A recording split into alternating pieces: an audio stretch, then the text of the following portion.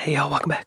Today we're checking out the song that broke every songwriting rule. It was Kurt Cobain's attempt to write the ultimate pop song, a revolutionary anthem, but to do it, he had to break nearly every rule. Hang on. Sorry to stop us so soon. I didn't think we were talking about Smells Like Teen Spirit, and I love that song. I didn't know he was trying to write a pop song. Y'all be sure to go to David Hartley and like and subscribe. But to do it, he had to break nearly every rule, starting with the idea. Trying to write the ultimate pop song is crazy enough, Yeah. but in 1991, Nirvana was still a relatively unknown band. They'd only released one album on an independent label, and they were still playing small clubs. But Kurt Cobain had noticed something that might work. One of Kurt's favourite bands was the Pixies, so much so that he once said, "When I heard the Pixies for the first time, I connected so heavily I should have been in that band." One thing the Pixies were masters at were using this sudden change in dynamics. Can you imagine if Kurt Cobain was in the Pixies? That'd be badass. I see what he means though. Going into writing a song and intentionally trying to write the best pop song ever, that seems like it would put a lot of pressure on the whole creative process. But I guess for him at the time, it was kind of a fun game. He's a rock band. Like, what would you call it? Not punk. Like, I know now we would call it a grunge band, but at the time, I don't know what you would call it. Hard rock? It's like slow punk. Punk, but slowed down. Alternative rock, maybe, is what... I don't know if that term was around yet. Anyway, I'm digressing. He's trying to write the perfect pop song. One thing the Pixies were masters at were using this sudden change in dynamics to create an intense release of energy within a song. Maybe the best example that you might know is Where Is My Mind? Notice how the sudden change in dynamics completely changes the mood and energy within the song.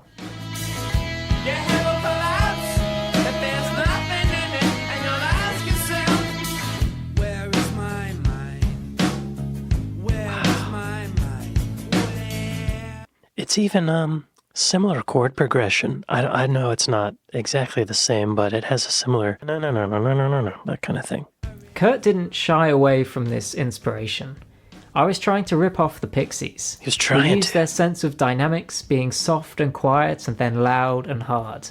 It's a simple enough idea, nothing musically groundbreaking, but what it meant was that a small band of just guitar, bass and drums with minimal musical complexity could create something anthemic, and that was exactly what Kurt was after. Just a few weeks before Nirvana were due to start recording Nevermind, Kurt Cobain presented this simple idea to the rest of the band.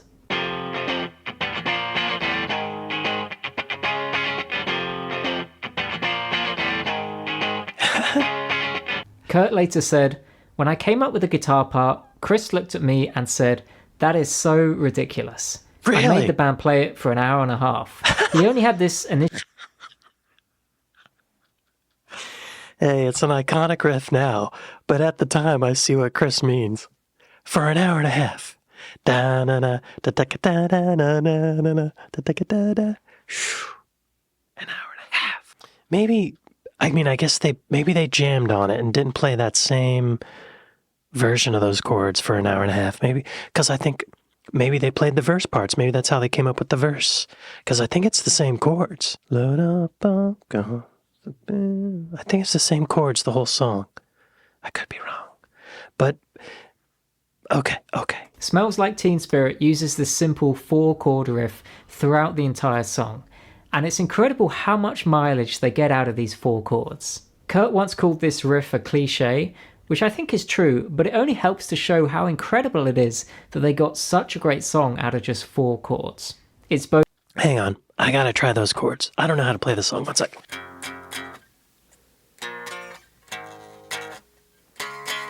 Okay, yeah, interesting. You know, a lot of playing the guitar is just patterns. One starting on this string, one starting on this string, 4 starting on this string, 4 starting, like, a lot of it is just patterns.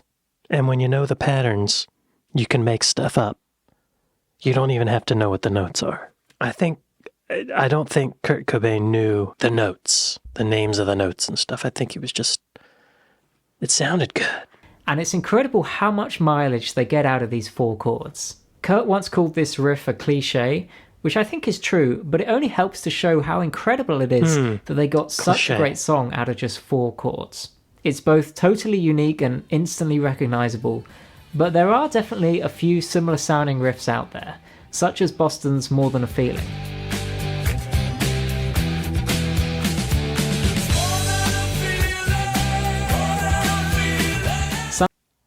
Hang on. Da-na-na-na.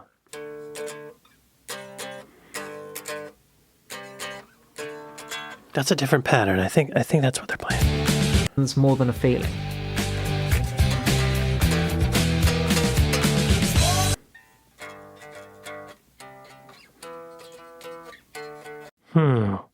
Yeah, that one goes up in the 3rd bar, so it's a little different. It's not exactly the same. Sometimes they would even include it when introducing Smells Like Teen Spirit.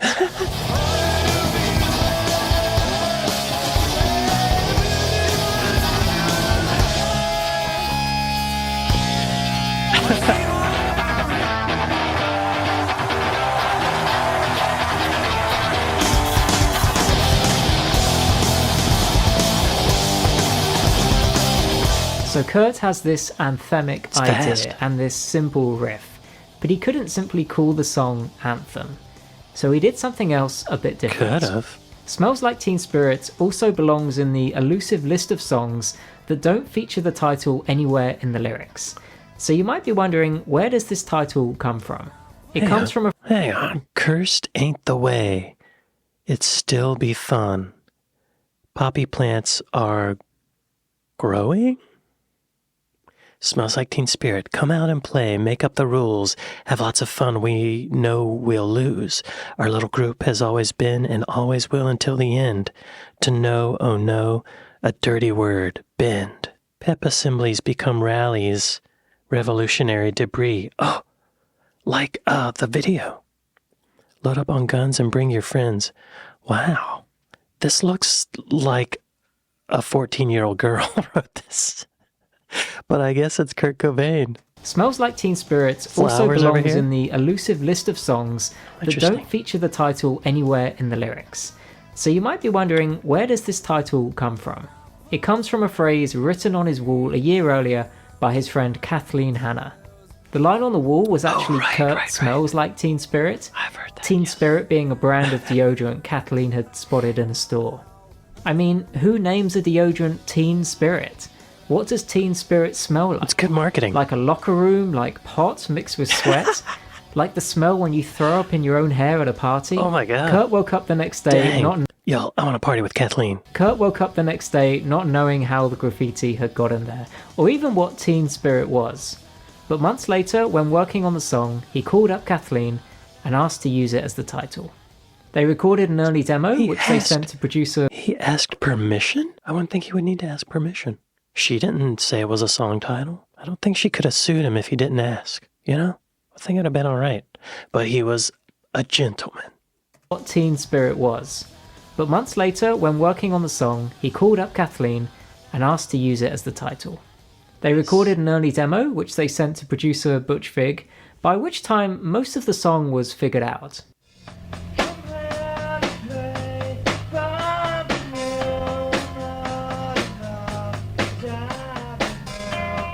Those drums are solid.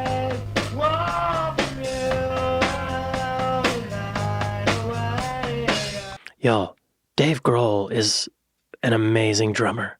I remember when he was on the cover of Modern Drummer magazine when Nirvana first got big, and it was kind of a controversy.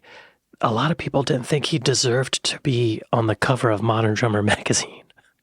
I was taking drum set lessons at Florida State, jazz lessons, from a jazz drummer. I won't name his name, but he was like offended. It was like a big issue. I was thinking, he's awesome, but this jazz drummer was... No. How dare they put Dave Grohl on the cover? But listen to that beat, it is solid.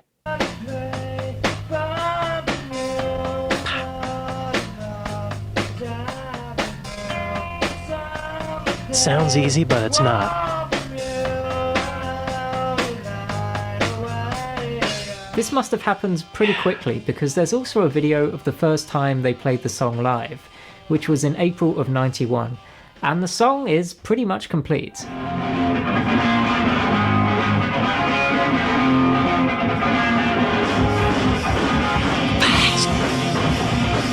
The one thing Kurt hasn't quite finished yet is the vocal melody in the verse, which is perhaps the best thing about this song. When you have just these 4 power chords repeating over and over, there's a lot of ambiguity in the harmony, but there's also so much space and so many possibilities, and Kurt managed to find the perfect melody to fill that space.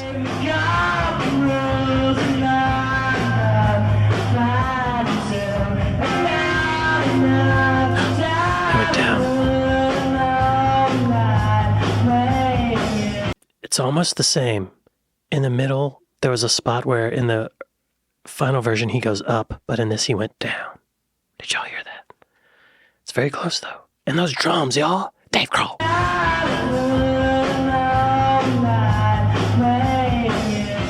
If I play through the melody on its own, you'll hear just how beautiful it is.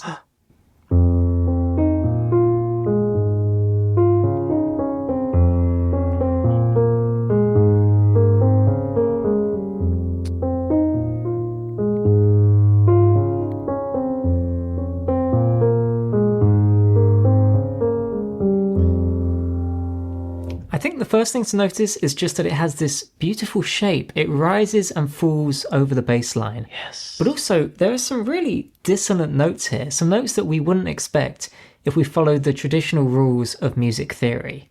And amazingly, Kurt came up with this beautiful melody whilst having no knowledge or even interest in music theory. You don't need it. He has an ear. Also, y'all, be sure to go to David Hartley and like and subscribe. That was beautiful. Way to go, David. Way to go. That was a beautiful passage. I feel like I've heard it on piano like that before on the HBO show Westworld. I think they did Smells Like Teen Spirit. The soundtrack to that show is really interesting because they take a lot of modern day rock songs and they play it on old West instruments like a tack piano or like a fiddle or something like that. It's very interesting. But wasn't that beautiful? Please continue. This beautiful melody whilst having no knowledge or even interest in music theory. I have no concept of knowing how to be a musician at all whatsoever. I mean, I don't know the names of chords to play. I don't know how to do major and minor chords on a guitar at all. I mean, I couldn't even pass, Guitar 101, folk guitar 101, everyone knows more than I do. So how could he have possibly... I like that the thing he came up for like the bass easiest guitar class was folk guitar 101. He's probably right. I think him not knowing music theory was his superpower though, because he didn't know the rules. He just went by what he heard. Personally, I think that's a better way to create songs, create music. I think reading music is a valuable skill, but it's almost like that turns it into an exercise in math. For me personally, that's not the way to my soul, numbers and heady stuff. It's a strength to be able to separate music from all that math, I think, It's good to be a little dumb about something. With art. Everyone knows more than I do. So how could he have possibly written something so beautiful if he didn't know any music theory? It's because he didn't care. If you go by a text, then you're pretty limited, I have no desire to become any better of a guitar player. I just don't. I'm not into musicianship at all. I don't have any respect for it. I respect you for that. I respect him for that. To learn how to read music or to understand arpeggios and Dorian modes and all that stuff is just a waste of time. It gets in the way of originality. It gets in the way. When I say that he didn't... Yes, it gets in the way of originality. I think it also gets in the way of the magic. Now that I know what chords that song is in, it's lost a little bit of the magic. Before I knew what the chords were, it was just sound and vibrations that triggered my emotions, you know? You know what I'm talking about. You know, it gets in the way of originality. When I say that he didn't care, I don't mean that flippantly. I think actually Kurt understood one of the most important ideas in creativity. As Debussy said, rules don't make works of art. Works of art make rules. Debussy, Claire de Lune? Is that what he wrote? I think so. That's very brilliant. Rules don't make works of art. Works of art make rules. That turn of phrase makes it a clever, well, what about this? 180, and it's the truth. That's convenient, but rules don't make works of art. Yeah, the rules just make like math equations when it comes to music. I guess visual art as well. Writing, I don't know. We're going down some philosophical rabbit holes here. Works of art make rules. Works of art make rules. I would say works of art inspire people to make rules. Maybe that's what I would say. I take that back. Claude Debussy is 100% right. Learning music theory and musicianship can be really useful in helping us understand the music that we like. But sometimes not knowing something allows us to create something original because we don't know that what we're doing is wrong. Yes. There are no rules pulling us away from following our ear or following our instinct, which is an idea that Kurt brought along even further when it came to recording.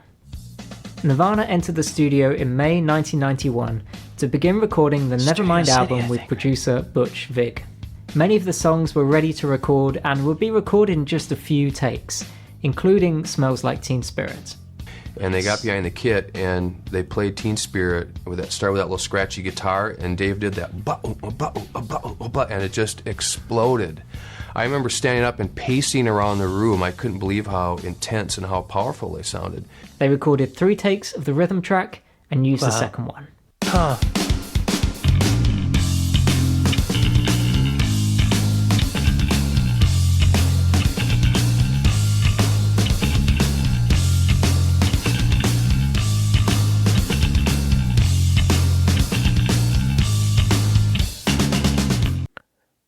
I didn't know the bass was playing those deka notes. That bass sounds awesome too. Chris Novoselic, everyone.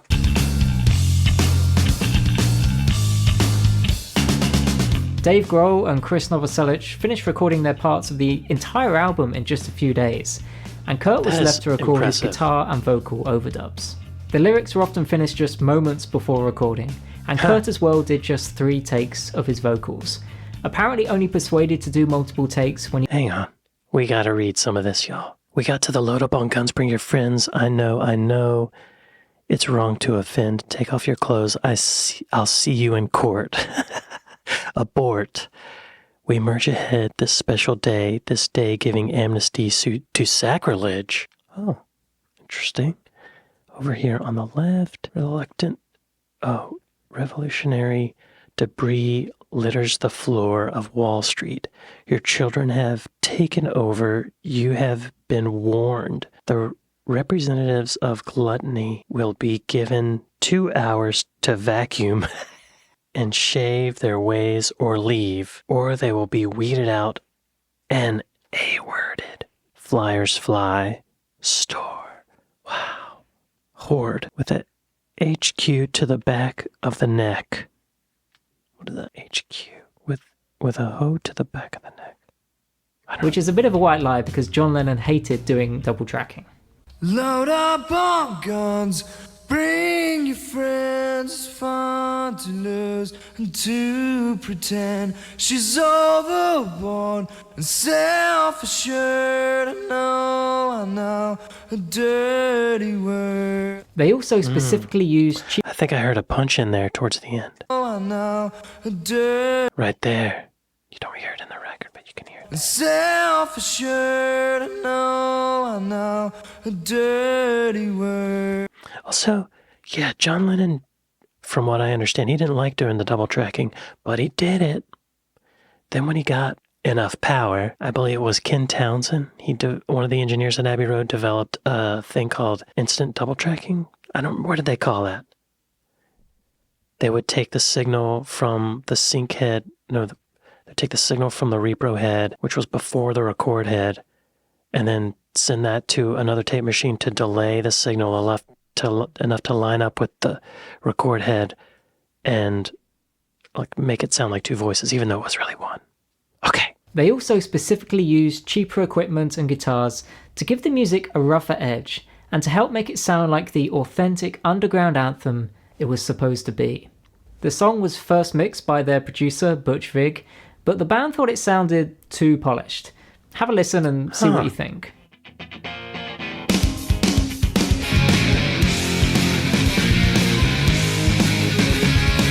So instead... Yeah, that reverb on the snare is very 80s.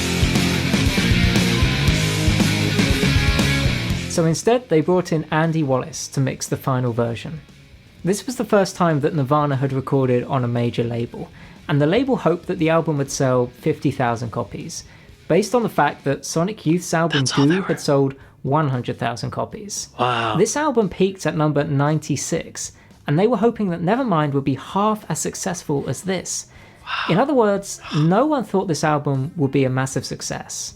But thankfully, Gary Gersh, who signed Nirvana to the label, was the one person who thought the record had potential, if they could make one thing work. If we worked really, really hard and we got a little bit lucky with the video, that, over the course of a year, that we could probably sell 500,000 records. You may think that by this point the song is finished and the rest is history, but the key part still remained, and this was perhaps the most chaotic part of the entire creative process. Hang on. Who's this Gary Gersh fella? Gary Gersh. What's his story? American music industry executive who previously managed musical artists including Nirvana, Soundgarden, and the Foo Fighters. Oh, he's a manager. President of AEG Touring Division. He has also worked with bands and musicians like Luke Combs, Tyler, the Creator, Panic at the Disco. Okay. He was an A&R executive at Geffen Records. That's how he interacted with her. He signed Nirvana and Sonic Youth to Geffen. Imprint DGC Records. During the 1990s, he headed Capitol Records. Wow. Then he had a management company where he handled artists including Lenny Kravitz, Portugal the Man, and John Legend. Way to go, Gary. Gary, call me. And this was perhaps the most chaotic part of the entire creative process. Just like the song itself, Kurt had a very specific idea of what he wanted the video to be like. The idea was that the band would be performing in front of a high school audience, which starts off relatively calm before absolute mayhem erupts by the time the song is finished. Yeah. An inspiration he took from the film Over the Edge. Oh. I remember leaving that theatre and almost everyone who was in there came running out screaming their heads off and breaking windows and vandalising. What? Extras for the video had been recruited after flyers were given out. What movie? Over the Edge. I don't think I've heard of it. Has it been banned by American society? 1979. What's it about? A group of bored teenagers rebel against authority in the community of New Granada after the death of one of their own. Show me. Welcome to New Granada, where people come to escape city life.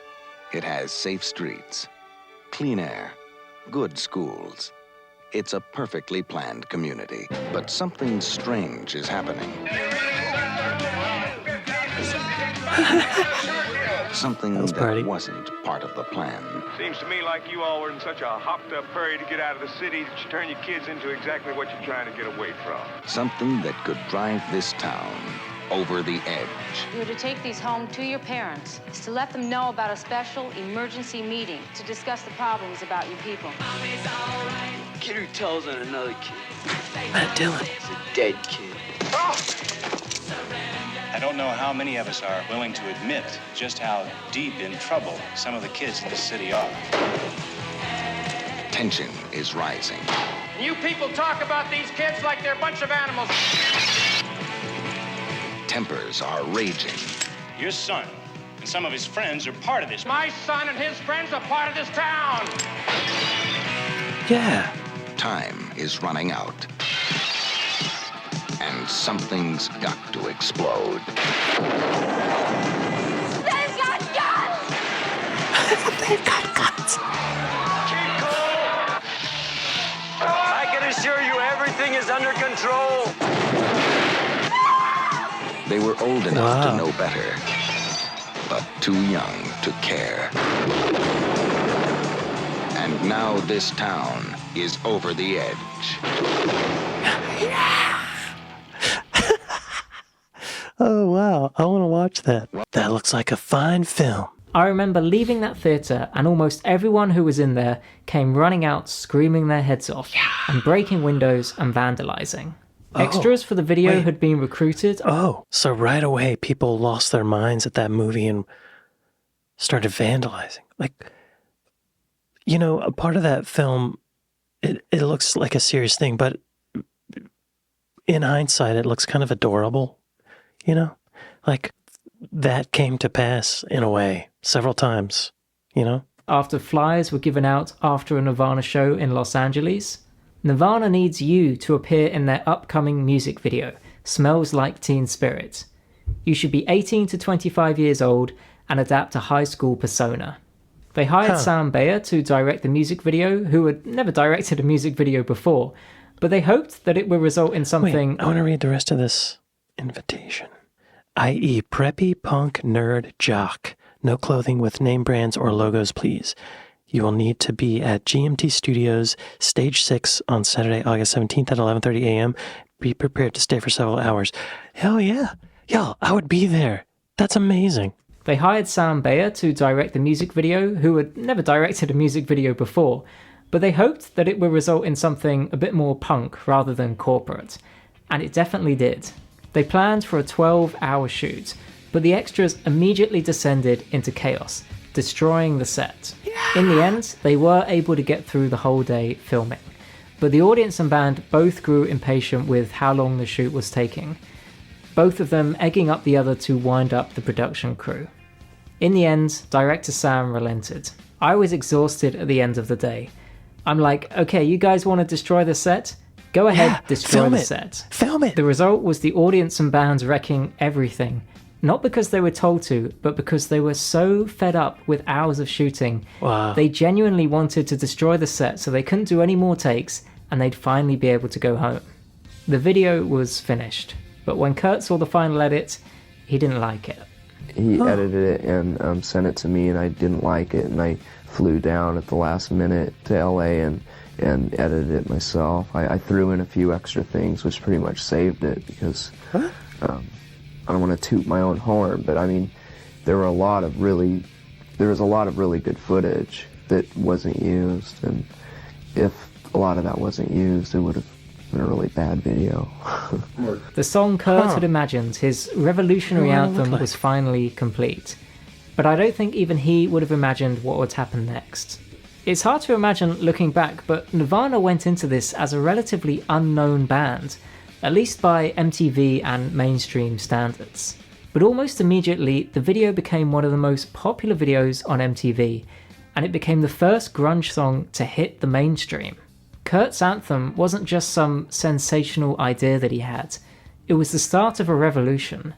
It gave an entire new voice to a new generation, and it took Nirvana from being relatively unknown to maybe the biggest band in the world. The label, not expecting the record to be that popular, had all kinds of marketing plans, but when it just started taking off on its own, they ditched all of that because they couldn't actually keep up with demand. Wow. In fact, at one point they had to pause production on every other album they sold just so that they could print enough copies of Nevermind. This song is now over 30 years old, and it established Kurt Cobain as one of the great rock stars and musicians of his time, and of all time. It's easy to attribute that to his lifestyle or because he died a few years later at the age of 27. But I think it's actually because of music like this, and his aspiration to create something truly original. Just keep practicing and don't give up. Just never give up. Play as often as you can and be really dedicated and try to write good music, and don't worry about the material ethics that go with music. It doesn't matter what you look like or anything. It doesn't matter what your product looks like. It's what it sounds like. He's right. At the end of the day, he's right. A lot of the marketing is visual, but when it comes down to it, people want to be moved emotionally. I had never heard that he basically re-edited the music video. I wonder what it looked like before he did that. I could see him probably wanting to put more of the chaos in there, you know? Maybe the director wanted to leave some of that out. Also, I feel like I remember there being parts where Kurt Cobain is lip syncing, but he's kind of making fun of the whole situation, like just going, is that true? I haven't seen the video in so long. In my mind, it's true. Just keep practicing, keep doing it. Yeah, y'all. I hear persistence is key. You hear that all the time. People who end up making something original and great, they just kept doing it, and they had failure after failure after failure, and they just kept doing it. They got better and better. Easier said than done. This was fascinating. I love that song. I thought I knew the story behind it, but I didn't. Y'all be sure to go to David Hartley and like and subscribe. I'd like to thank my patrons. I'd like to thank my Buy Me a Coffee folks. Thank y'all for watching this with me, and I'll see y'all next time.